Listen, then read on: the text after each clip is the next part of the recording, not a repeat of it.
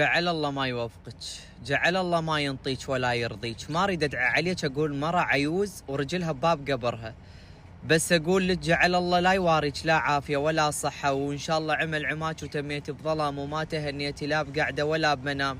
يا عجوز النار يا ام السحور وام البحور، ولك انا ما ادري انت مخاويه من.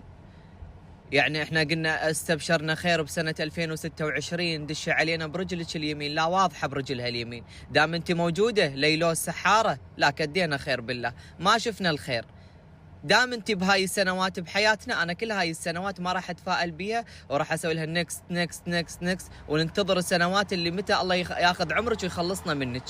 يا شعيله يا ام الجيوش، يعني توقعاتك بسنة 2026 ما تشوفين مدارس ولا دراسة ولا يعني ما أدري أنت من ينطيك المعلومات ما أعرف.